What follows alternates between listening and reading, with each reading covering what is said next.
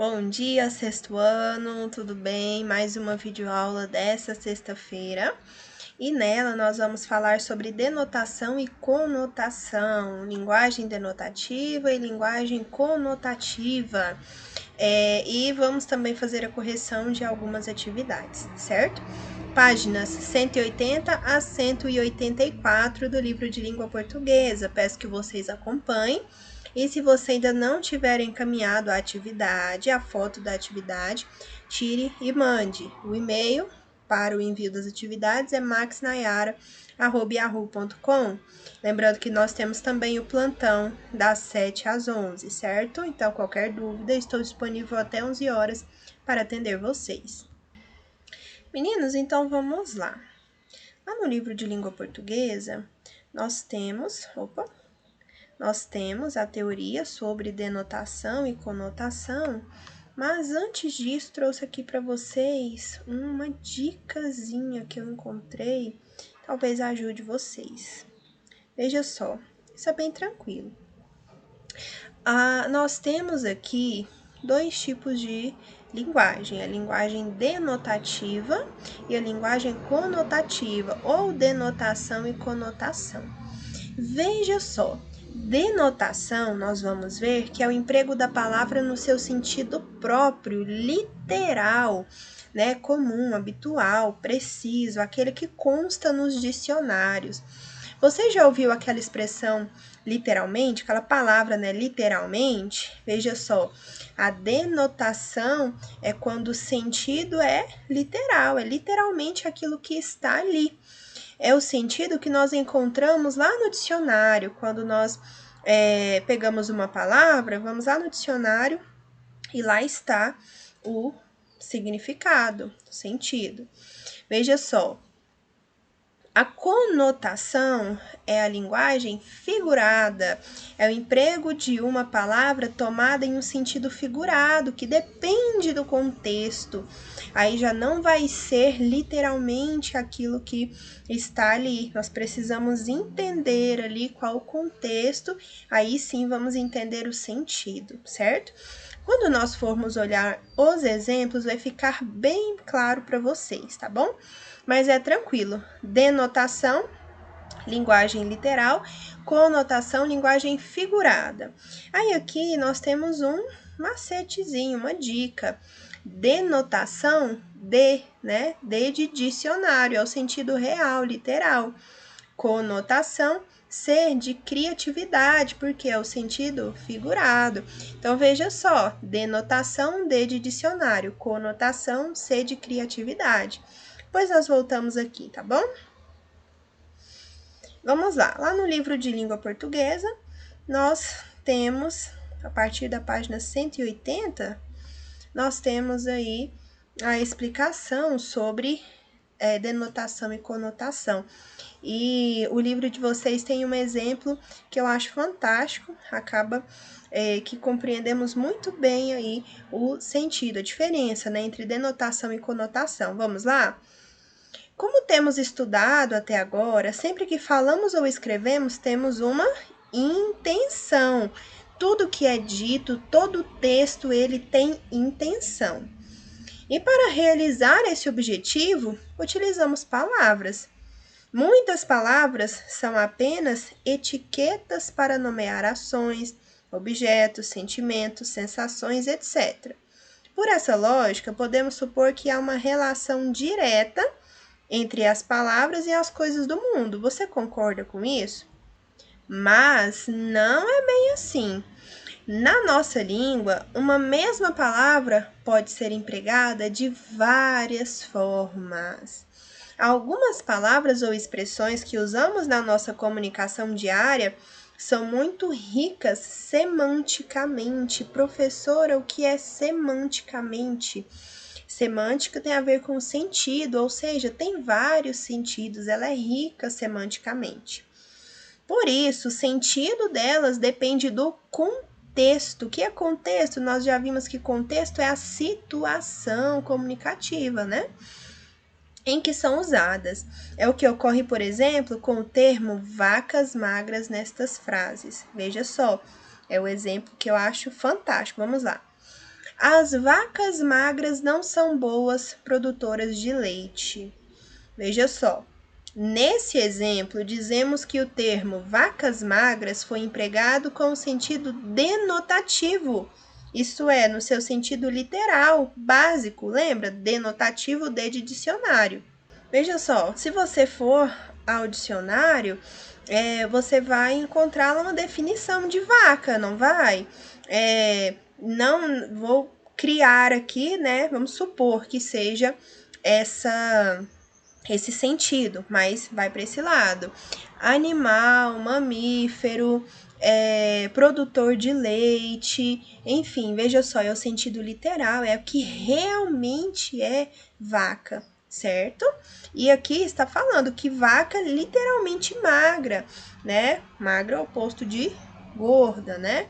Veja só, é o sentido literal, é denotação.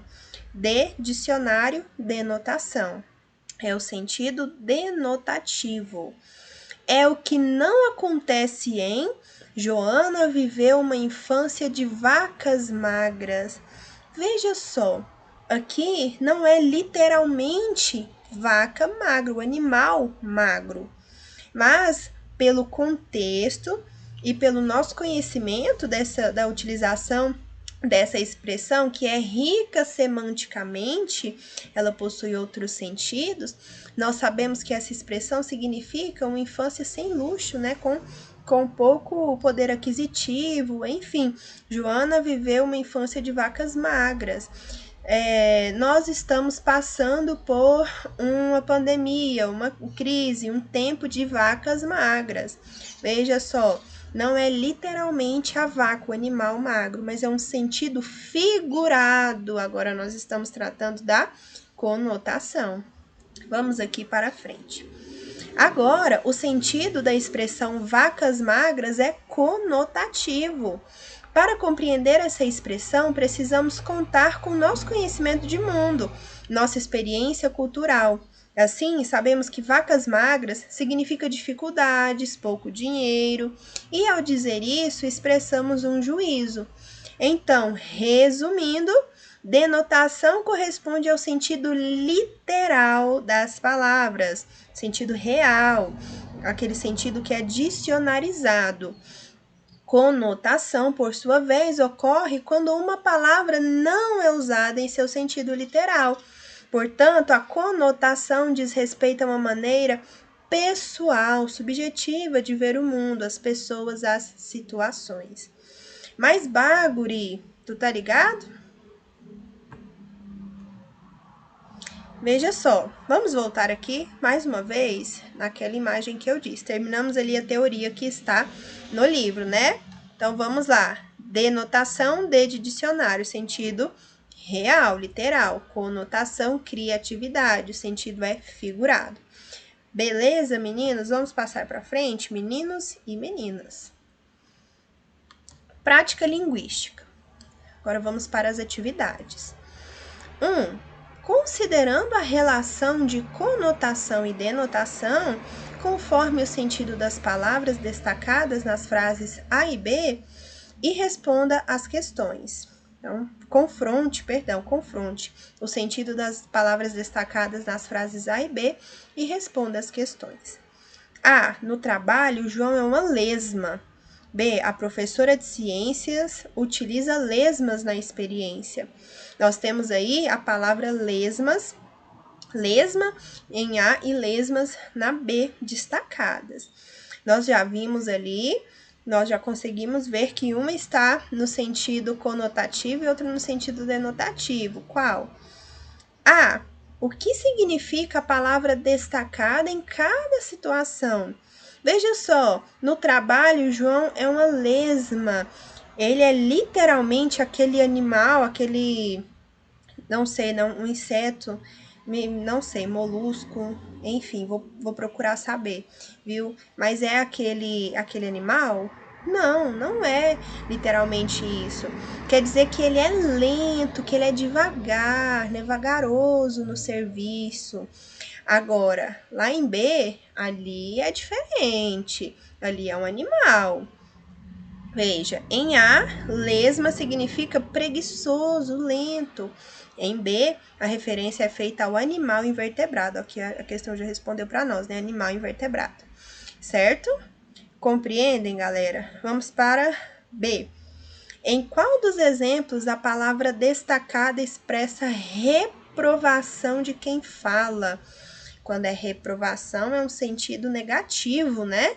Veja só, na letra A, há uma crítica ali ao comportamento, né, de João, ao seu trabalho lento, vagaroso. Então, na letra A, há aí a presença da reprovação. Nós podemos perceber que é uma reprovação, né?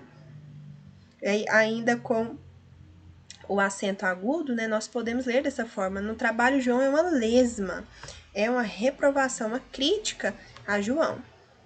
C. Em qual exemplo a palavra lesma tem sentido denotativo? Agora já é o D de dicionário, ó, sentido real. No exemplo B. Em qual situação a palavra lesma foi empregada de maneira conotativa, que não é literal, parte aí da linguagem figurada? Na letra A. C. Conotação de criatividade, de linguagem figurada, certo? Agora, vamos ver o que é sotaque? Nós já vimos lá na gramática no capítulo 2.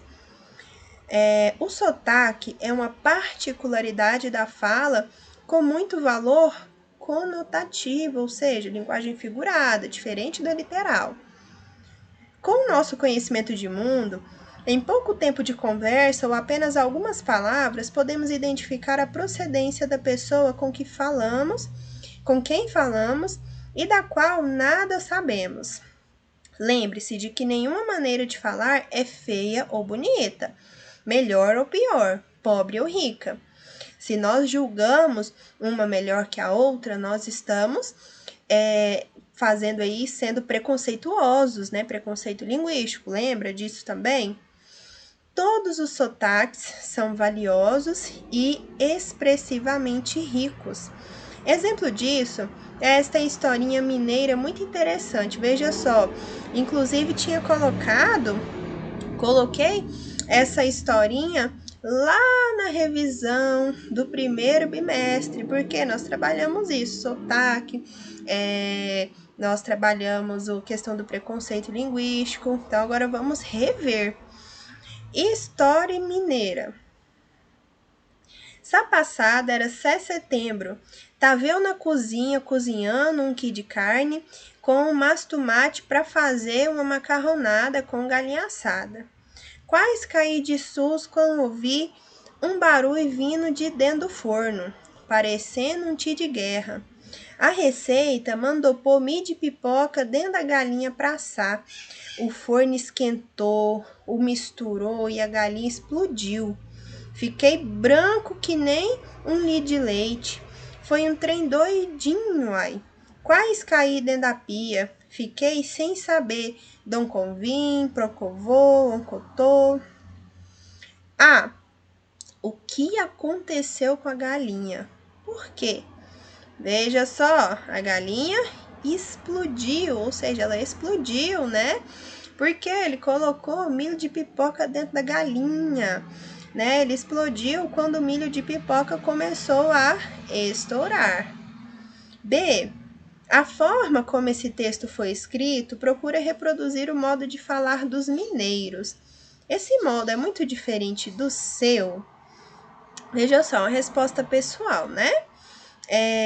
Aqui, veja só, ele sugere o seguinte: podemos apontar para os alunos que algumas formas linguísticas expressas nesse texto são comuns hoje no português brasileiro, como a omissão da consoante travadora, fazer em vez de fazer, pôr em vez de pôr, e a simplificação do gerúndio, cozinhando em vez de cozinhando, vindo em vez de vindo, parecendo em vez de parecendo. E nós temos, né, o sotaque mineiro, ele é bem parecido com o goiano, né? Então, acredito que nós podemos identificar até mais semelhanças aí na fala. 3. Em cada grupo de palavras, Provavelmente uma é usada naturalmente em sua região. Aponte essa palavra e confira o seu resultado com o de seus colegas de classe.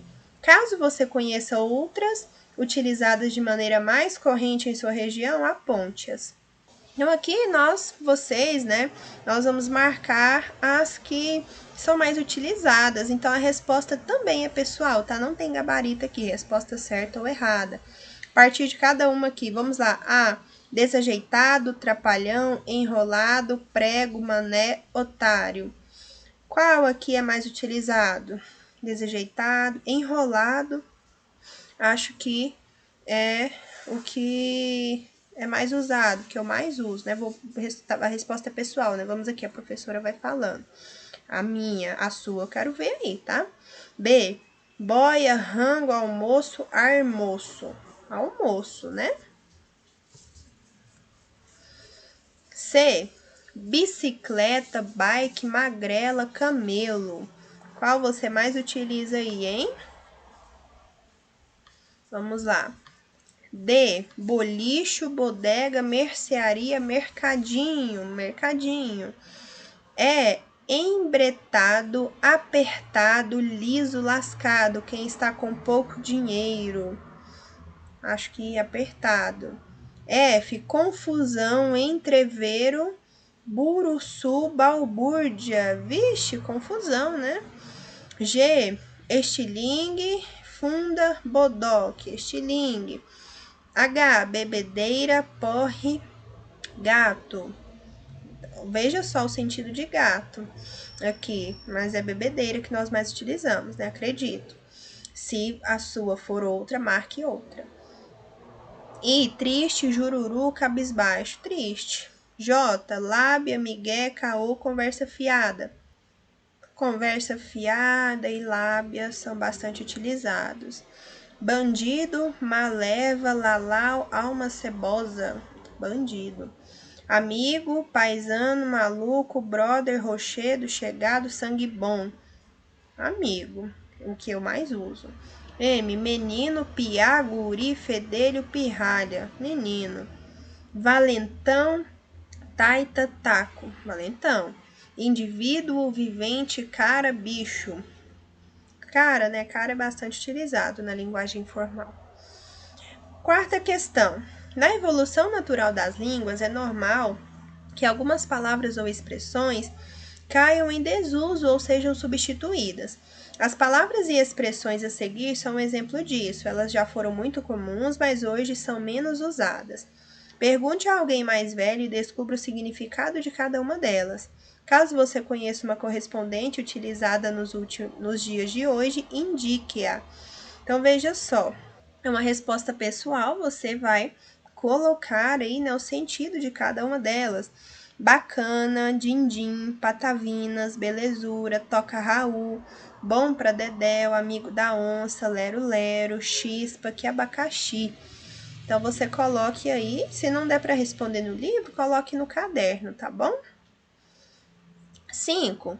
Compare no dicionário o significado de cada palavra abaixo, depois escreva a conclusão a que chegou. Nós temos aí bergamota, mexerica e tangerina.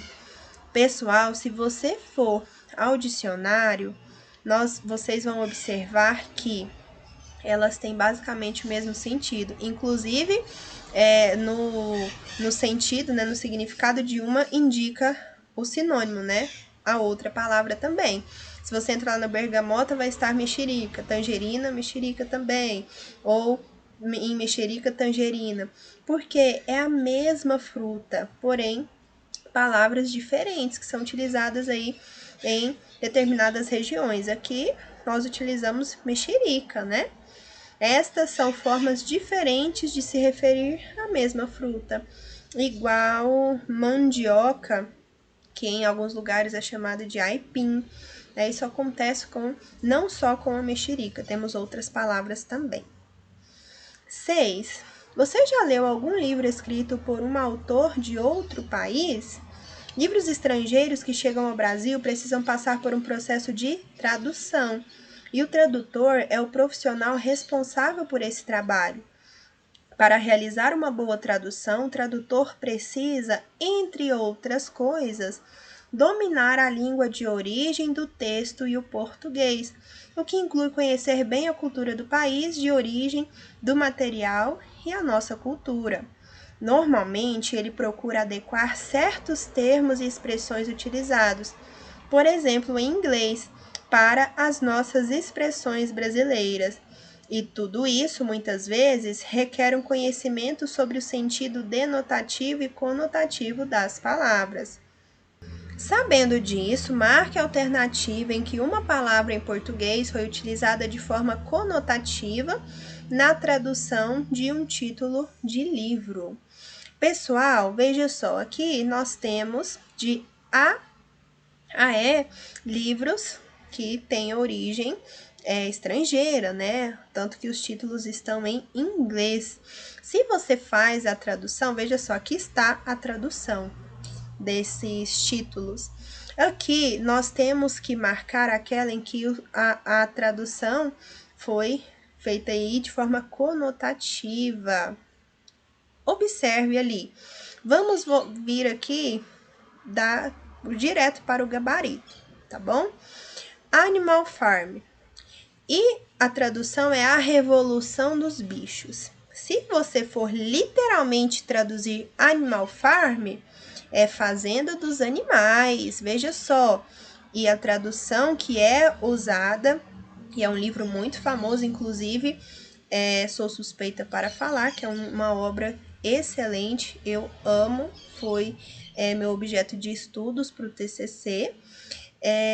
Nós temos uma linguagem conotativa, a tradução ali foi outra, justamente para remeter ali ao contexto da obra. Portanto, a tradução literal não seria a revolução dos bichos, ou seja, a tradução denotativa não seria a revolução dos bichos, seria a fazenda dos animais. Mas foi traduzido dessa forma, portanto, a nossa resposta é a letra E, tá bom? Animal Farm, a revolução dos bichos. As outras aqui, nós podemos observar aqui que a tradução é literal. Literalmente, o que está aqui foi traduzido para cá, tá bom? E nós terminamos aqui nossa videoaula, tá bom? Qualquer dúvida, estou disponível no plantão para atender vocês, das 7 às 11, e o e-mail está aí para o envio das atividades, tá bom? Desejo um ótimo dia, ótimos estudos e até a próxima aula.